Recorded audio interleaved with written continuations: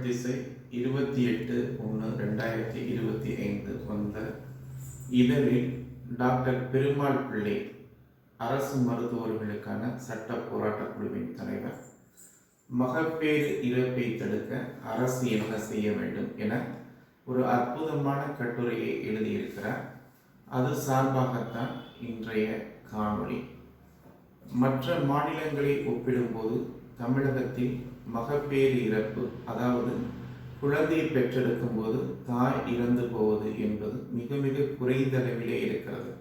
2024 இது 39, அதாவது 1,00,000 குழந்தைகளை பெற்றெடுக்கும் போது 39 தாய் மட்டுமே இறந்து போகிறார்கள். இதைவிட குறைவாக கேரளத்தில் மட்டுமே 32ஆக உள்ளது. இப்படிப்பட்ட இந்தியாவில் தமிழகம் மகப்பேறு இறப்பில் மிக குறைவாக இருப்பதற்கு மிக மிக முக்கியமான காரணம் மகப்பேறு மருத்துவர்கள் என்று சொல்லக்கூடிய ஆப்ஸ்டெட்டிக்ஸ் மற்றும் கைனகாலஜிஸ்ட் மருத்துவர்கள் தான். அப்படி இருக்கும்போது மகப்பேறு இறப்பை குறைப்பதற்காக வார் ரூம், அதாவது கட்டுப்பாட்டு அறை என்ற ஒன்றை தமிழக அரசு ஏற்படுத்த போவதாக சொல்லி இருக்கிறது. ஏற்படுத்துங்கள். ஆனால் மருத்துவர் பற்றாக்குறையை சரி செய்யாத வரையில் இந்த கட்டுப்பாட்டு அறை என்பது காணல் நீராகவே இருக்க போகிறது என்று டாக்டர் பெருமாள் பிள்ளை அவர்கள் இந்த கட்டுரையில் சுட்டிக்காட்டுகிறார்.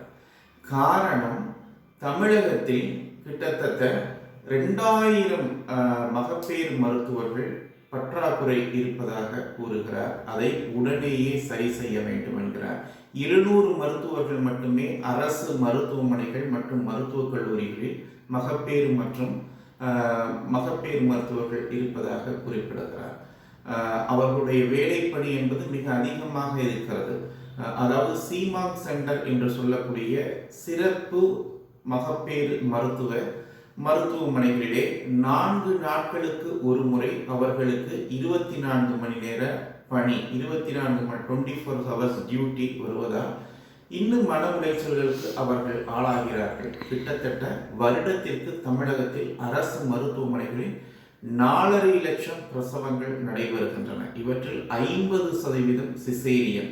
இதை தவிர உள்நோயாளிகள், வெளிநோயாளிகள், குடும்ப கட்டுப்பாட்டு அறுவை சிகிச்சைகள், மேலும் பெண்களுக்கான அறுவை சிகிச்சைகள் என்று மகளிர் மற்றும் மகப்பேறு மருத்துவர்கள் எதிர்கொள்ளக்கூடிய பணி சிக்கல் என்பது மிக மிக அதிகமாக இருக்கிறது. எனவே மகப்பேறு மருத்துவ பணியிடங்களை உடனே நிரப்ப வேண்டும். அதே நேரத்திலே கிட்டத்தட்ட அரசு ஆரம்ப சுகாதார நிலையங்களில் 2000 மருத்துவர்கள் பற்றாக்குறையாக இருக்கிறார்கள். மேலும் கிராம சுகாதார செவிலியர்கள், வில்லேஜ் ஹெல்த் நர்சஸ் 2500 பற்றாக்குறை இருக்கிறது. இதையும் நிரப்ப வேண்டும்.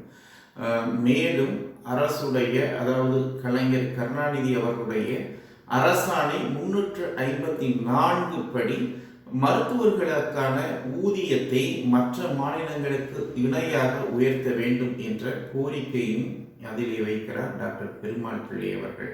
மிக மிக நியாயமான கோரிக்கைகள்.